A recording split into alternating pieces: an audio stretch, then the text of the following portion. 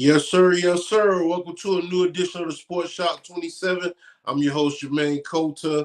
And to my far right, I got my main man, KJ, Kevin Johnson, former Clemson football cornerback, 1999 to 2002. And we got a SEC legend in the house tonight.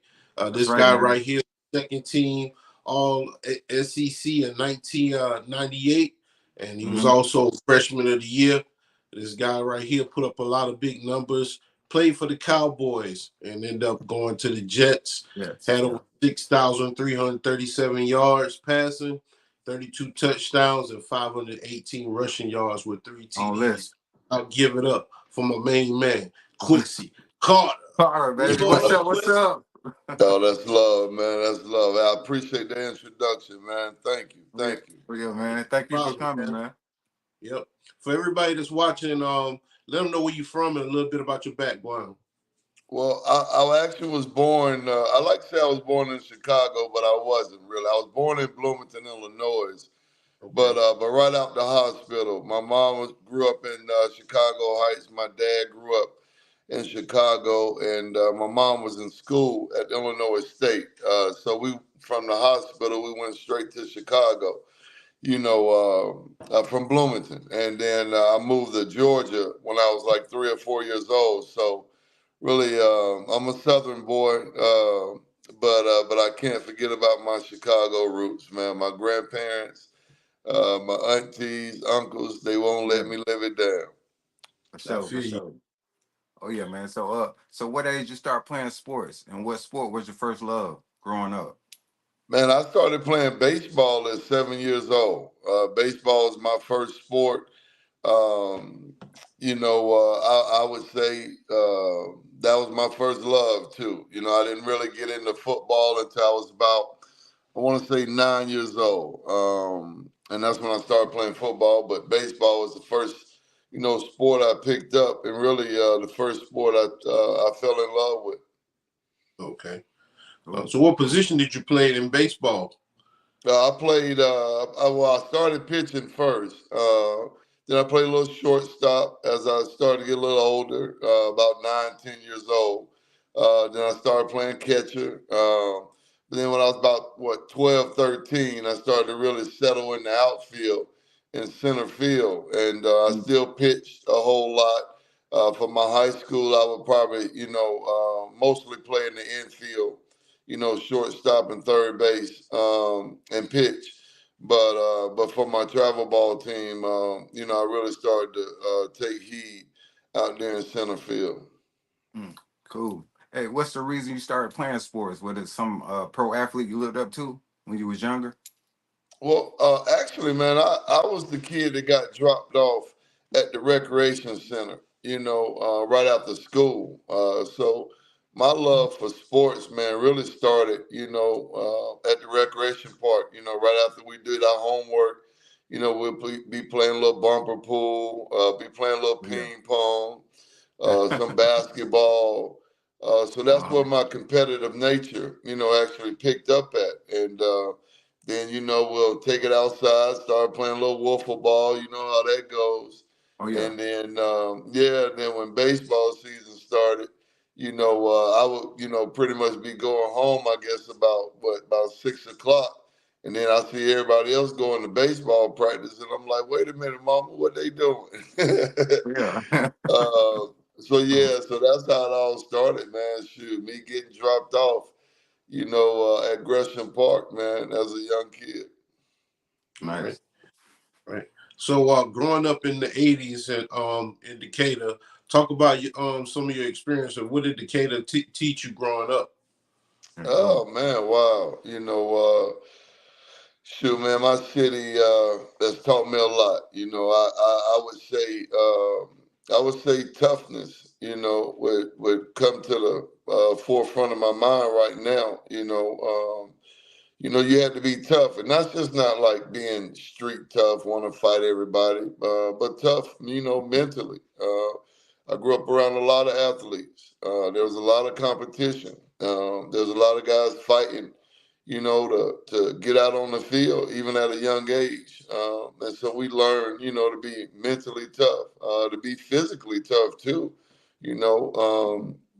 But then you turn that around a little bit, or not turn it around, but then you kind of look at some other aspects of my home, and another thing come to mind, man, is having a God fearing spirit and having God in your life. That came from my mom first off, and going to church, but then our coaches, were all God fearing men, and Oh into yeah. the church, and Mhm. was always talking about our relationship with God, our aunts, our uncles, our friends' parents. Those two things, man, being, mentally and physically tough, and then having God in your life is two of the things that, my city put in me. Mm. All right. All right. Let's talk about the middle school level. What all sports did you play on that level? Well, actually, you know something? I was the last I was the last class at my high school that went from elementary straight to high school. So yeah, Ooh. I didn't get the experience in a middle school ball. Well, we kind of call it middle school because it was an eighth grade team, Yeah. in high Okay. school. But you were in high school playing eighth grade football. And then we didn't play against any really middle schools because everybody, was kind of on that system, especially in DeKalb County. We didn't have middle Mm. schools back then, but I played eighth grade ball, and then I went to ninth grade and played JV. It wasn't a freshman team. It was straight to yeah, it was That's straight to right. Yeah. JV then. But Uh-huh. it was football, basketball, and baseball. Uh, By then, I had picked up basketball right after I, started. Well, actually, I played basketball first before I played football. So it's baseball, basketball, and football, at a younger age. And I mhm. carried all three of those in what we call, well, what you're saying middle school, but it was straight high school for me. Okay. Order. Mm-hmm. Talk about some of the athletes that you played with in high school. I know you came from a real popular high school in DeKalb Yeah. County, Southwest DeKalb High School. Talk about playing basketball, and the Friday nights, the game, the atmosphere. Oh man, listen, man, I wish I had time to name all of them because and all of us, well, a lot of us played at Gresham Park together. The Felix Lewinsky, rest in heaven. Chip Hooks, who went to another high school. Yeah. That was one of us. One of our guys we looked up to, the Jerome Weeks, a quarterback that I looked up to coming up. Roy Johnson. He's gonna kill me for butchering his name, but he played at another rival high school that I competed with, but he was beating me out in park ball. But the guys, personally, I just want to give a shout out to them, the Angelo Taylors of the world, Terrence Trammell, two-track Olympian, Olympians, the Jermaine Stringers, Mhm. the meatheads of the world. Demetrius Lewis, let me say, but we all know him by meathead. Darius Walker, a little bit older than me. Hank and Frank, Hank Green and Frank Williams. My receiver, rest in heaven, Marco Shepard. Man, I can go on and on. My running back, two of them, Gerald Dennis and Arvin Richards, went to the University of Alabama. Man, I played with some dogs, man. And like I said, man, we all competed and made each other better. I was just texting my high school coach, Coach Godfrey, who really, mentored us all and Oh yeah. taught us how to be young men. Another, mentor and coach in our lives who stressed the importance of having a relationship with God. Hmm. Another coach that meant the world to me, Steve Davenport. Played at Georgia Tech.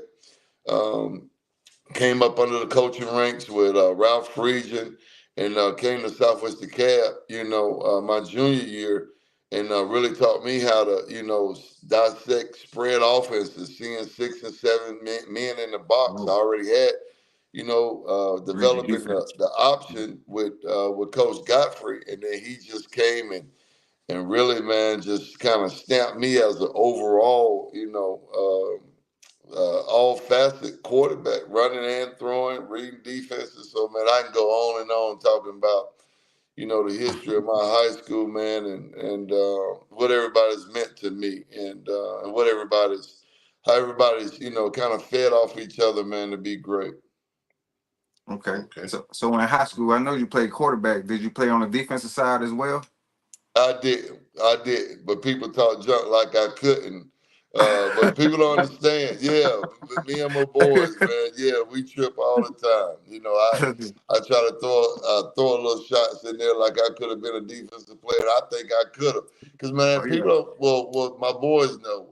I started on the offensive and defensive line. Then I moved to linebacker and a little bit of safety, but no, not in high school. No, you know Okay. what I mean? Yeah, Okay. they used to call me a little pretty boy. But I can get Okay. rough and hey, listen, I can get rough and tuggy with them. Running that football and running that option, shoot, you had to be tough anyway, man. Cause shoot, even Oh our yeah. second team guys will bust you in the mouth. Whoa. Shoot, Okay. and went on to get scholarships too. Shoot, Dang. shoot, I know a guy who bagged up a lot of players. One of my teammates, Theron Alexander, actually coaches with me right now, bagged up a lot of players that went on to get Division I scholarships. Shoot, he's in the Hall of Fame from his school in college. So those are the type players we played Nice. with, man. All right. Yeah. A lot of So talent. in the class that you guys were in, what division football were y'all? 4A, 5A at the time? Yeah, we were 4A, and we're proudly to tell you too. We was at the highest classification, Okay. and yeah, playing with the big dogs, man. We didn't bag down from nobody. End up winning the state championship in 1995. Which honestly, I gotta admit, our '94 team was way more talented, but the '95 Mhm. team was the ones that brought that ring home. The Oh yeah. '94 team, we lost to Valdosta in the Dome, 40-37. I'll never forget that game there. Oh man. Yeah. But Heartbreaking. yeah, I mean, I played with some greats though. Mm. All right. So Did you participate in any All-Star games? I was selected for the Georgia Florida game, but I chose to go baseball. I got drafted out of high school in the Or baseball draft, so I chose to take off right after graduation the and go play decision? some rookie ball instead of playing in the All Star game. I think about that every now and then too. I probably should have just played in the Georgia Florida game first and then went Oh, off, but I was when so I play excited. baseball. Yeah, I Yeah. was so excited to get my baseball career off the ground. Oh, most definitely. Yeah. you was picked up by the Cubs organization, right? Yeah, absolutely. Sure was. Dang. Back at Yeah, I remember. home. Yeah. Yeah, Yeah. right back at home. Exactly. Yeah. Yeah. And a Cubs fan to the heart, too. Heck Oh, yeah. word. So, Word. no, that was a dream come true. All Mm. right. Yeah, I know you watch Andre Dawson and Ryan Sandberg back in those days. Hey, the Hulk. What? And don't forget about Sean Dunston, too, now. So, Heck yep. yeah, yeah, man. Those some good days, man. Actually, something that's crazy. When I got drafted, they fly you up or whatever, and Mhm. got to meet Mark Grace. Who was it? Sammy Sosa was still there. The Oh, Hawk and Sean Dunston, they were gone. But yeah, man, got to meet a couple of Chicago Cubs greats. So that was pretty cool. All that right. word. Yeah. So talk about your recruit. I know you was a 5-star, Mhm. quarterback, Oh yeah. 6'3", maybe 215 coming out of high school, maybe Nice. Yeah. somewhere in between there. I NFL know you ready. Yeah, a get little bit, a little bit, man. dual threat quarterback. Talk about that experience, the recruiting process, about the coaches coming to your house. Talk about that era. Mhm. Man, you know something? I only remember. I think it's only two coaches, man. My mom even let come, and that was George O'Leary. Was one of them. Coach Okay. Baker from Georgia Tech. Um, Coach Bowden. No, Coach Bowden didn't come from Florida State. Mhm. But yeah, we were very particular on what we wanted out of the recruiting process. I had a lot of help, Coach Godfrey, Coach Steve Davenport, my mom, some friends of the family, and we wanted to go and visit schools, not on no official visit. Matter of fact, I never took one official visit. Whoa, I take that back. I took an official visit to Georgia. But all my other official visits, Auburn, unofficial visits, Auburn, Clemson, Florida State, and I took a official to Georgia Tech. But everything else was, we wanted to see the backgrounds of the program. When nobody was there, we went during the summertime. When summer school was in. You know what I mean? Not Okay. all the glitz and glamour. Glamour, But yeah. who are you? With outside of just courting me and throwing me on the big screen or Yeah. whatever, saying you love me and all that. But what's your program really about, man? So that's kind of how we attacked the recruiting process. I knew what I wanted to be in a multi-facet offense that, that kind of spread guys out and throw the football around, because passing was starting to really kind of creep up into offenses and everybody was spreading guys out. So I did know I wanted to play in that type of offense and prove that I can throw the football too. So those are the schools that we targeted, and then of course you had to have a pretty good baseball program too. So we were locked in, laser focused on what we wanted out the program. Did you have a business program? Did you have sports studies? Because I've always wanted to be a coach. So we attacked the recruiting process like that, and didn't just let everybody recruit me, and then it was just so crazy. So it was very limited. We knew what we wanted. Okay. Okay. So what's the reason you chose to play for University of Georgia?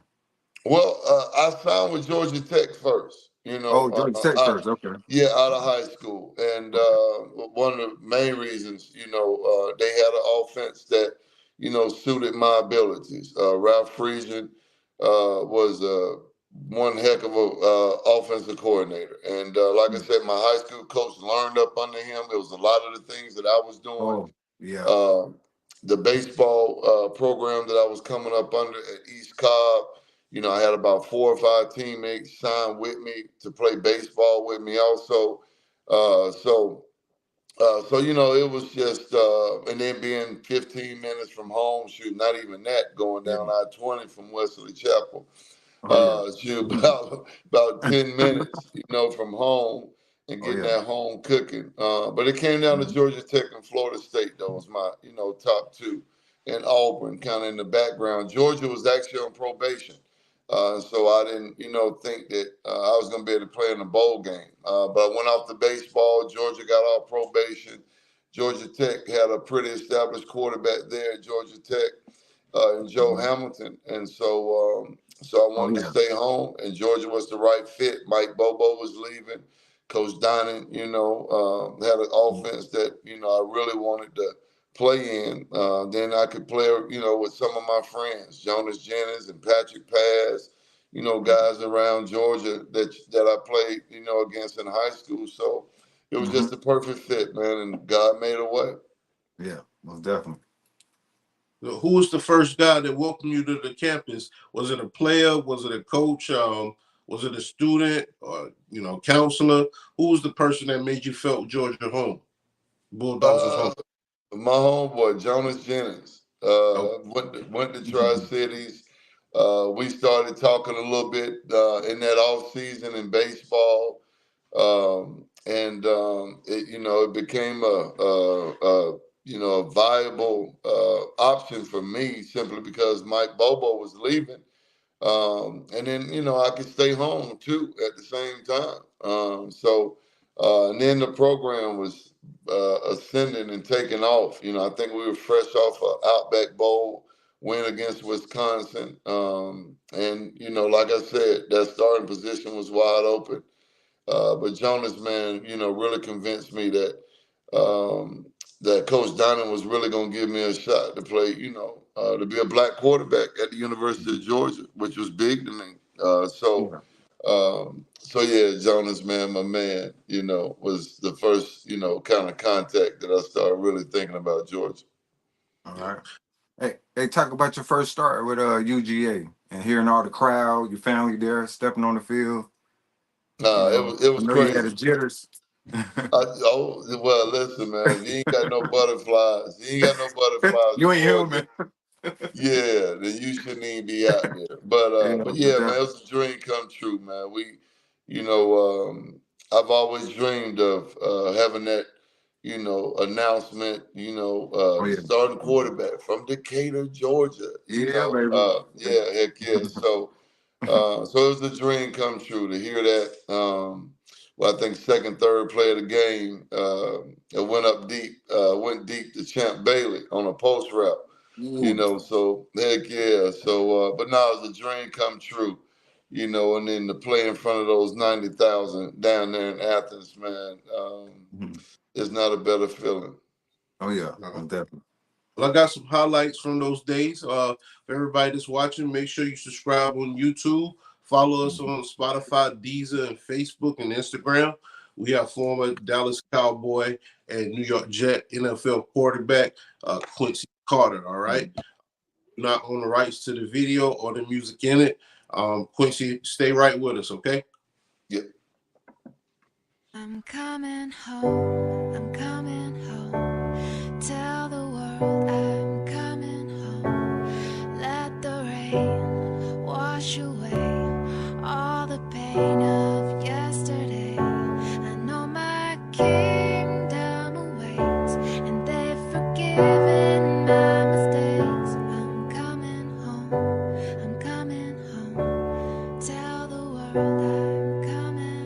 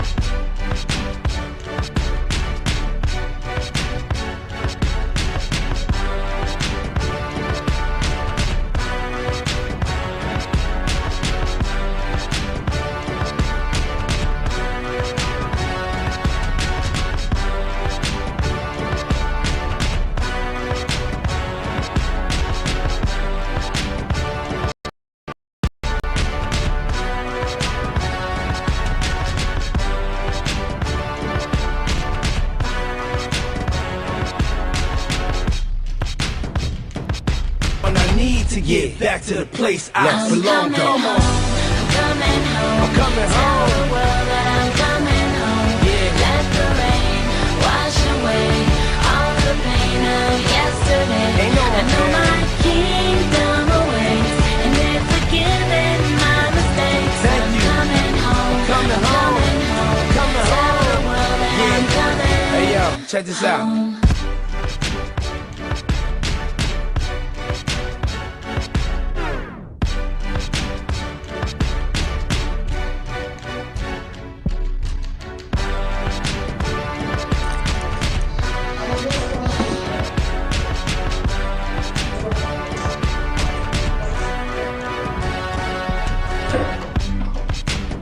Hopefully, I can.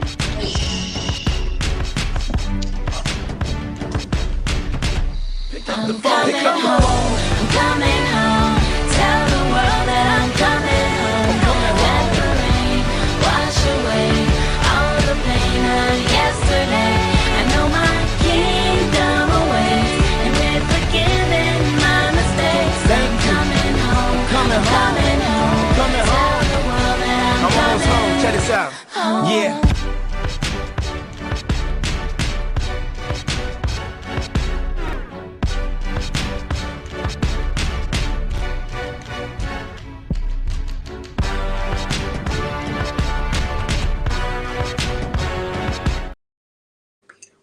Yes, sir. We back. So, Quincy, what do you remember the most about in the SEC? Playing in the SEC. Man, I would have to say the competition. Every week, you were gonna face somebody who was gonna be playing in the NFL. So honestly, man, I think the toughest defense I ever faced was Vanderbilt. Vanderbilt has some dogs over there. Jamie Winborn and Corey Chavis, some other guys, man, and they just blitz you the whole game, hit you in the mouth. I would have to say the competition, man. All right. I know at that era it was Tennessee and Florida that was, in Yeah. that time Oh yeah, with yeah. for was Tennessee a tougher opponent than Florida back then? Both of them were tough. Tennessee had the most, probably more of a physical defense than Florida did. Florida was more athletes. But Florida hit you in the mouth too, man. Them were two tough opponents, man. They were. Mm, Okay. mm. Yeah. So talk about the bowl games. I know that's a fun time of the year. Bowl Yeah, games. man. We played we played in three of them, I think. Peach Bowl my freshman year at home. That was pretty cool, man. Playing on New Year's, Oh yeah. what was it? New Year's Eve night, actually. I remember going to church right after that game, man. That was pretty cool to win and then to know who was first and foremost in my life, man. I'll never forget that moment, that I had with God. And then playing in when we played in the Outback the next year against Drew Brees, Mm. which is a pretty good bowl game. I think that was on New Year's Day at 11 in the morning. Ended up coming back. I think they had us 25-0 and came back on them and got a big win. And then my junior year, I didn't play because I broke my thumb, so I Mm. was out for the rest of the year. But we ended up winning the Hulu Bowl or something like that, the Hawaii Bowl out there. Yeah. So yeah, man, we had some good experiences in some bowl games. Oh, nice.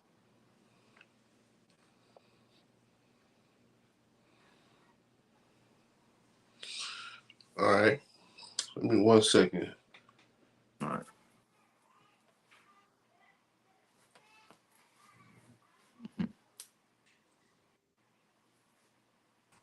All right, Quincy. Had to go out. Someone tried to call me just now. What do you remember the most about Champ Bailey and Boss Bailey? They played with you, right? Yeah, they did, man. Just some humble, and I don't mean this by no disrespect, because Decatur ain't as city as we try to make it out to be sometimes, but just two humble country boys, man, that just had the heart of gold, but was really focused, man, and knew what they wanted, and went out and bust their butt, man, bust their butts on that practice field Mhm. and game time. They was just animals, man. Yeah, but two good people, man. Really Mm. good people. Yeah. Nice.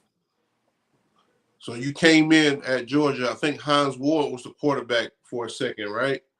Yeah, absolutely. And then you took over. Talk about him making that transition to playing receiver and end up being one of the great Pittsburgh Steelers receivers of all time. Yeah. Well, man, Hans was one of the guys I looked up to, coming out of high school. He wore number 32 right down the street at Forest Park, man. So it did surprise me that he was able to make that transition just because of the athlete he always was. Hans was a heck of a baseball player, too. So nothing surprised me with the success he had in the NFL being a receiver. Mm. All All right. right. Yeah. Talk about preparing for the NFL and getting drafted to the Dallas Cowboys. Oh man, it was a real cool experience. I was able to go down to Tom Shaw in New Orleans, and actually Michael Vick was out there working out with him too at the time. Oh. So going out and competing against him every day, well, competing throwing the football, because that running, it wasn't no Yeah. competition. Pick a run, man. Oh man, that was just a different speed, man. Yeah. He's Another level. just a freak of an athlete. But to Yes. Yes, see he is. him, up close and personal, to be around some other good, good draft picks, man, was pretty cool, man. But we were laser focused down there because we knew, I had to go out and perform at the combine. Mike didn't, but us, just kind of getting to know each other and going out and competing every day and working on our skill sets, man, was pretty cool. Nice. Great. Draft day comes, you get picked by the Cowboys. What's going through your mind at that second? Man, you know something? I knew I was getting drafted by the Cowboys actually a couple days before the draft. It was just a matter of where they were going to pick me, so that was something that my agent and the Cowboys had already worked out. So it was, I got kind of, my surprise got spoiled a little bit, but it still was some anxiety, anticipation, during the draft. Like, is this really going to happen for real? Yeah. But to know, you know, that I was going to get drafted, by the Cowboys kind of spoiled it a little bit. But I still had anxiety up until that 53rd pick, though, man. But it was a dream come true, though. All right. Hey, talk about going through the hard knocks training camp, going through NFL training camp. How was that? Oh man,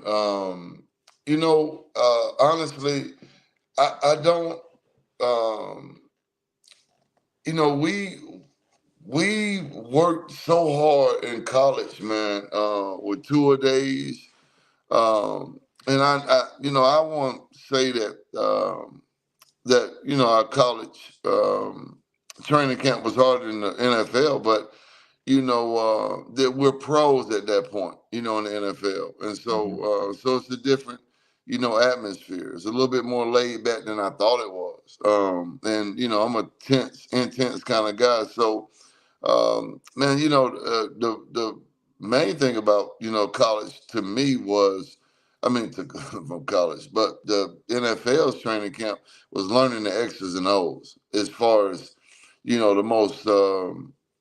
most difficult part. The physical part, I'm a quarterback too, so I'm not getting hit in practice. But the mental aspect of it, was more tougher to me than the physical because it seemed like we weren't on the field as much as you were in college than you were in the pros, So that's kind of how I took it. Okay. So who was the starting quarterback when you came into the draft at the time? You know something? Who was it? The Elvis? Tony Banks. Tony Banks Thanks. from Yeah. Baltimore. Yeah. Yep. He had just signed a deal with the Cowboys.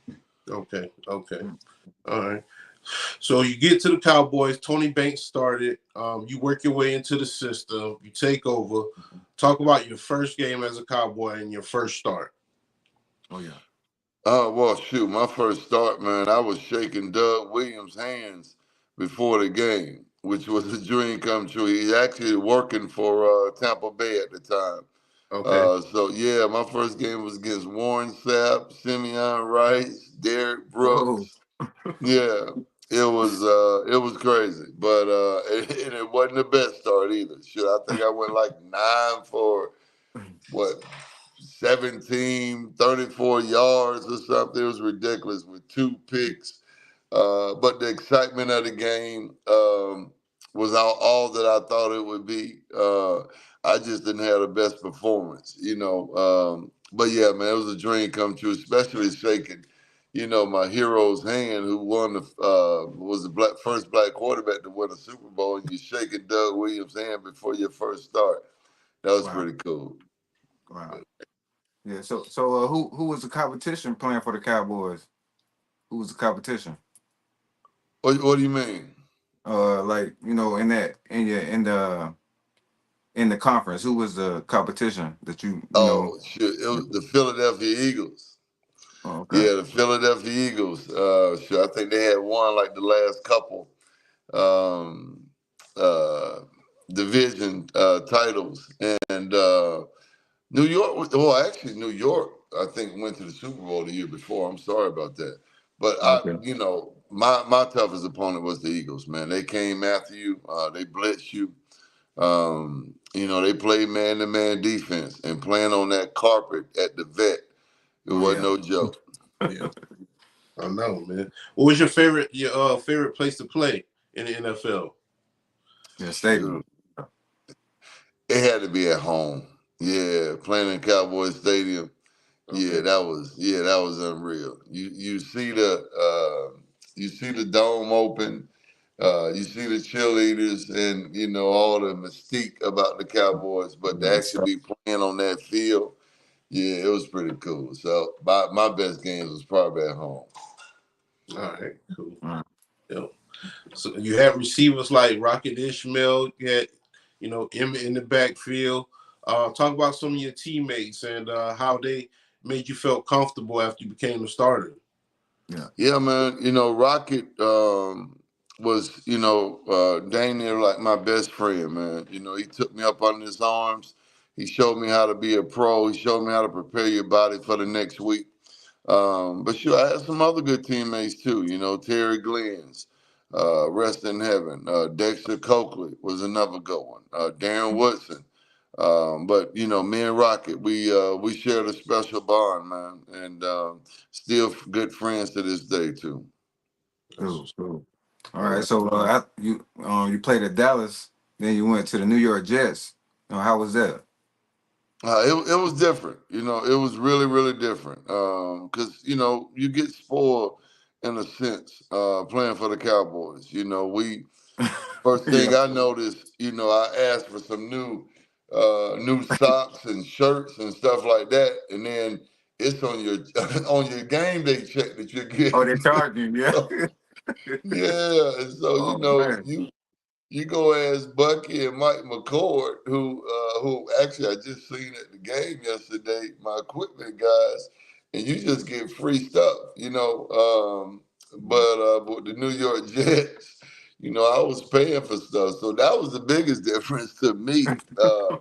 And then shoot, playing in that cold weather up in New York, Oh yeah. was For real. had some adjustments to make with that. Yeah. But yeah, man, I love New York too, man. I love the fans too. They had some good fans. They made you want to be great. They made you not want to go out there and throw no picks because they will boo you, Who you? quick. Yeah. Oh, yes, sir. Yeah.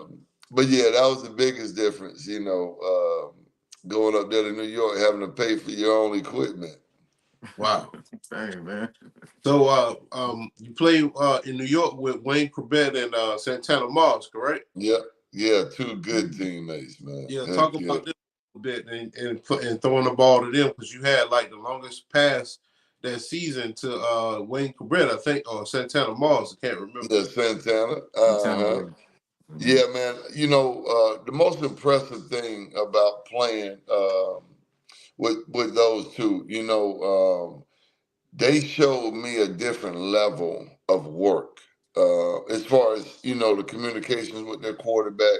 Because Chad was on kind of a different level than I was, Chad Pennington. As far as getting a little bit more range to the offense. So watching them work together, being able to implement some things in the offense, and then go and see them go out to practice and want to make sure, that everything, was dang near perfect. It was really cool to watch, man. And then to step in and be able to play with them, and see how, how they go about their business. Not that I didn't have that in Dallas, but it was a different atmosphere. But I love playing with both of them. All right. Well, I got some highlights for your NFL career. Let's go ahead and get into it. Don't own the rights to the video. Thank you guys for tuning in. Make sure you subscribe on YouTube. Follow us on Spotify, Deezer, and Facebook and Instagram. We have former NFL quarterback with the Dallas Cowboys and New York Jets, Quincy Carter. All right. Stay with me, Quincy. We'll be right back, okay?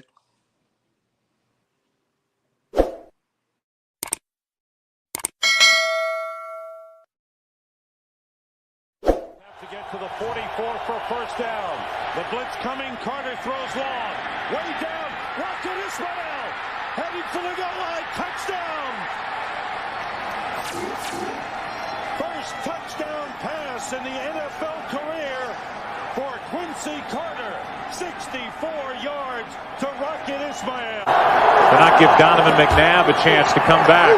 Hiding it well and throwing a touchdown to Robinson. His second touchdown, his second catch all season. Against, and then of course it's Quincy Carter with a big game. They were shut out last week against the 8-2 Carolina Panthers. Carter. Now he has a strong arm, and Joey Galloway can do this. They missed last week's game against New England. Touchdown, Tom. 24. This changes the whole game because the next 3rd and 9. Carter to Jason Witten for a first down. And so, Emmett and the Cards were struggling. The flea flicker for Dallas. Quincy Carter on the money to Terry Glenn.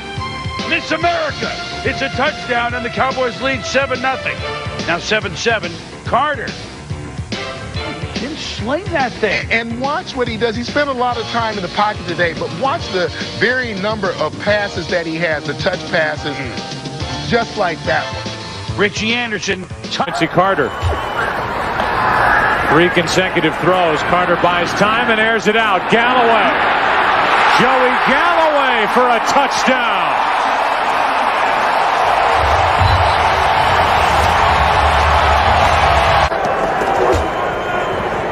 Carter still has it. Looking, throwing. Wide open. Terry Glenn. It's 3 for Terry Glenn.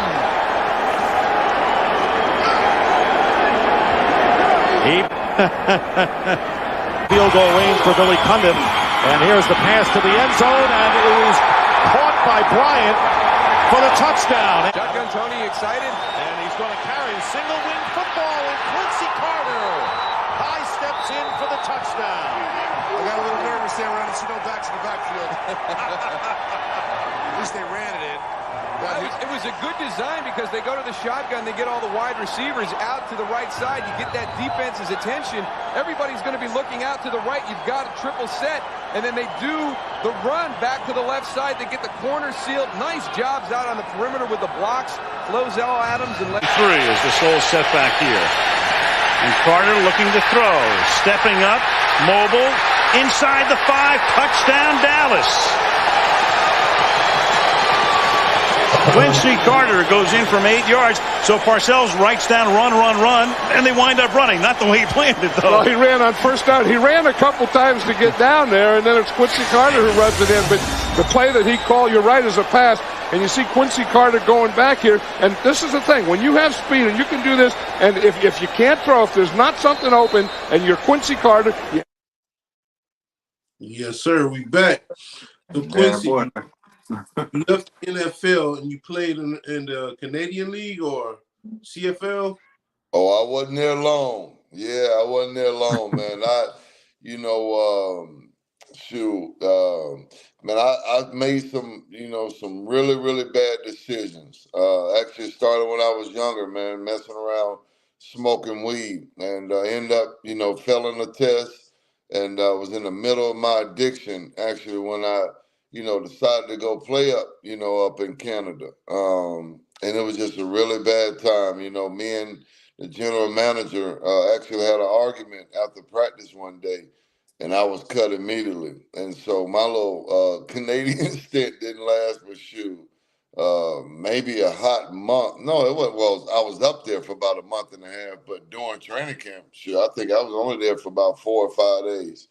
But yeah, and that's why I'm always talking to these kids, man, about the decisions you make, about the habits you start forming, that eventually come back to bite you in the butt. And those were some of those bad times for me. So you played arena football as well, right? Yeah, it wasn't me out there. Wasn't my best version of myself. But it was a really, really fun game, to be honest with you.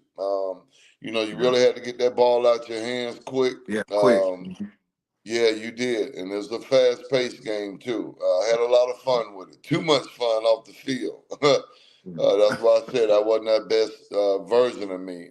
But, met some really cool dudes, man. Actually, some friends I have to this day. So don't want to be disrespectful about the game, about arena football, because it was competitive. And I had some really good athletes playing with me. But it just wasn't the best version of myself. And I just got to admit that. Okay. So life after football, what was next for Quincy Carter after the long road of success, ups and downs, trials and tribulations? What was Quincy Carter's next move after football? Man, getting in trouble and not, and I don't, take that, say that, like it's cool, because it wasn't. But like I said, going back, to my Canadian days when. After I got cut from the Cowboys and went to the Jets and played a year, but really just fighting demons inside because I knew I had made some mistakes that, cost me a dream come true job in Dallas. And so now after football, I'm searching, for who the heck am I, looking at my mistakes. And I turned to drugs and alcohol. So that's how life after football started for me. And it's been a long journey, to get myself back right, pick myself up, off the ground, and live in God's, grace that He showed me. But yeah, man, that was my life, straight after football. And like I said, played in a couple, leagues outside of the NFL. But it was my battle addiction that I always talk about to this day, man, because I know only the grace of God got me even sitting here talking to you, talking to you two guys. All right. Go ahead. Go ahead. All right. I was going to tell him to talk about the Quincy Carter Foundation to inspire the youth. Yeah, man. I had this vision here about 2-3 years ago, right after I made I tried to make a couple decisions to get sober, but finally I surrendered to the process, man, and really just let God take over my life, and He's led. I say, we talk about what we've done, and the things that we've thought of, but man, that's been God's vision. For my foundation to go out and help people, to go out and inspire, youth, to go out and promote safe and drug-free neighborhoods, to let these kids know that the world is telling you marijuana is legal, but where can you get a job and make over $100,000 consistently smoking weed? And then the habits you build, the things that lead you to, for myself, the cocaine, the pills, the heavy drinking. We used to laugh at marijuana being the gateway drug, but it is, man. So getting out in the community, man, helping people. I got a gift, to give back to kids, and that's coaching too. And so we do that through my foundation. I do it through speaking, and just, man, really just showing kids that there's a way of living that's better than sitting in your neighborhoods and thinking this is it. We also promote mental health. It's very important. Talk about the little things that that's eating you up inside, but you don't talk about them, but you take it out in other areas of your life.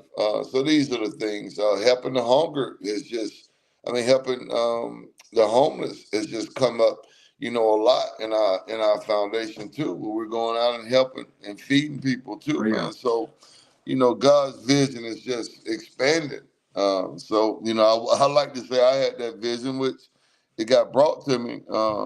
But I'm executing God's plan, man, through my foundation. Nice. Well, I got some clips of your foundation real quick with some familiar faces. Let's go ahead and get into it. I don't own the rights to the video. Thank you guys for watching, and subscribe to our channel on YouTube. Follow us on Spotify, Deezer, Facebook, and Instagram as well. We'll be right back, Quincy, real quick. They tryna mess with your mind or something. They tryna play with your grind or something. They wanna He wants to help guide kids to reach their full potential by staying on the right path. I see myself in them. You know, I definitely don't want them going down the wrong paths. And I just want to encourage every young man, hey, you only get one time in life to do this. So tomorrow, the Quincy Carter Foundation is holding a quarterback camp, a football camp. It's happening at Gresham Park.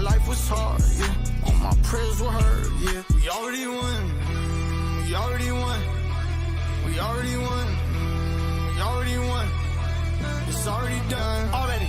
It's already done. Already. We already won. Already. We already won. Already. Yeah. Once upon a time, 1999, up a mile high. Prophets I could ride. Born on a mountain, came down to y'all. Send the planet Earth, cause I'm gonna change it all. Yeah. I'm the chosen one. I reflect the sun. We young from above. Elohim Adonai. I lift your name on high till the day that I die. Live as a sacrifice. Other dimensions got my attention. I'm from a different plane than what we're on. Now they gon' dance. Yeah, they gon' the world will know God. One more rip, one more breath. All my blood, all my sweat, all my tears. One more year, every single moment till we make it there. They said it's too hard to achieve.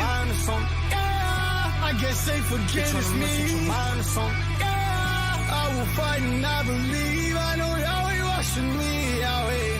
They tryna mess with your mind or something. They tryna play with your grind or something. They wanna see you back off of your calling, yeah. They tryna mess with your sign or something. For lack of a vision, and people compare us, commit to the climb, even when it hurts.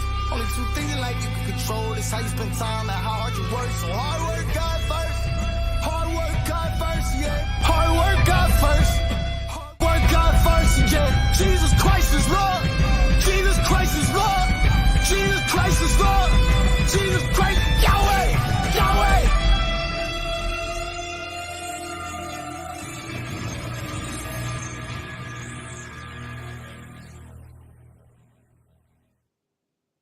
All right, we back. Yeah. So Quincy, you had some familiar faces in there. Go ahead and name them all for me. Oh shoot. Who was at that camp? Jamal Lewis, my boy. Yeah. Yeah, went to the University of Tennessee, played for the Baltimore Ravens. Should be getting a call from the Hall of Fame here pretty soon. Yeah, Coach Marker, Coach Whitman, Southwest Decatur, really good friends of mine. Went to Southwest Decatur too. Pep Hamilton. Yeah, man, but that was a really good camp, man. It really was, man. Yeah, we did one this past summer too. No. That was early in the early last year. Then we came back and did another one. But anyway, man, those some of the coaches, man, that joined forces with me, man, to really give these kids what they need, man. It's pretty cool too. For somebody to, take the time out of their schedule, their busy schedule. Yeah, man, and really pour into these kids with me, man. It's pretty cool. Yeah, nice. Man. Well, we appreciate you, changing everything around and staying dedicated and commitment to the youth. What is your message today? Say that again. I'm sorry. What is your message to the youth today? Oh man, shoot. How much time do I got? Man, I can talk forever. Yeah, my main message to the young, to my young men and women out here, man, is, you got to really, really execute and really, dig off into your dreams that you say that you want. But it's the execution process, to that. And, executing it, starts with getting up in the morning and getting on your knees and asking God for his vision for your life, So it's about executing, your dreams. And I'm big on that. And just, like I said, that's one of the ways we start our mornings, executing our dreams. And then we just go after it during our day. We write things down that we want to accomplish. We don't keep them in our heads. This is some of my mentoring tools that I give out, to my young men and women. But and then, let's talk about it. This weed that's sitting right here in your face, and everybody's telling you that it's legal, that can lead you to the heart of Georgia. You're looking at the example of having everything, that God can give somebody. Getting drafted in baseball, getting drafted, in football, and still not having my heart in the place that it needed to be with God first. And the enemy, is always at work. Good and evil is always fighting. But allowing some of these things in your life, man, to take over, and we sit here and say, "Oh, it's not going to be a habit. We can quit, but we can quit it when we can." But you never know. You never know when you can't quit something. You never know when something just grab on hold to you and just won't let you go. So that's executing the plan. You know what I mean? Doing what you're supposed to be doing is part of that executing your dreams and your plans. So that's some of the messages, man, that I'm trying to give to our young men and women out here, man, who's inspiring and saying, "Oh, I want this, I want that." But are you really going after it? Can you look yourself in the mirror every day and say, "Man, I'm going after my dreams every day"? Can you do that? And I want to look at that mirror every day, man, for the rest of my life and be able to smile and don't have no regrets. No regrets. Can you do that, young men and women? So those are some of the messages, man, I'm trying to give. That's good, man. And let's talk about this Mike Tyson and Jake Paul fight coming up. Who you think will win that? Oh man, listen, man, listen. I hope my boy Mike. We all grew up as big Mike Tyson fans, man. So Yes, for I'm real, just hoping for the best. I know Mike has some health issues, and I'm just being real about it. Here a few months back, man. So yeah, man. I hope Mike wins, and I hope God protects both of them, man. Both of them, yeah, that's good. Any shout outs? Anybody you'd like to thank for your journey up until this point? Man, my mom comes flying out my head right now, man. She made all the sacrifices, moving us from Chicago down to Atlanta, Decatur, and man, I'll be thanking her for the rest of my life, man. Even throughout, bads. My mom has stood in my corner. So yeah, and then I've talked about my coaches. Man, one of my coaches, Coach Harris, man, is really, really sick right now. Coached me, is my first baseball coach at Gresham Park. But yeah, man, the whole city of Decatur, man, my high school, man, I've been around some really great people, man, who's always encouraged me to do the right things, although I took a couple other roads. But man, just the people who supported me, man. I've talked a lot and I've talked about a lot of people, but I hope I'm not missing nobody I should be, man. But yeah, man, I've had a lot of great people in my life, man. I really have. For the people that want to reach out and get connected with your camps, can you give them your social media or contact information? Yeah, you can. For some reason, I had a couple bright ideas to make a couple of my social medias all not the same, which is even insane. But anyway, I want to give a shout out to my dad too. Rest in heaven to him.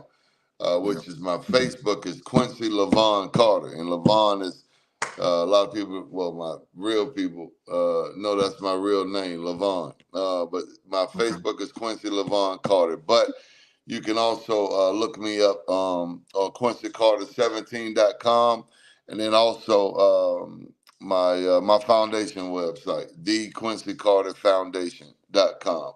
So it's theQuincyCarterFoundation.com, QuincyCarter17.com, and then on Facebook, Quincy Levon Carter.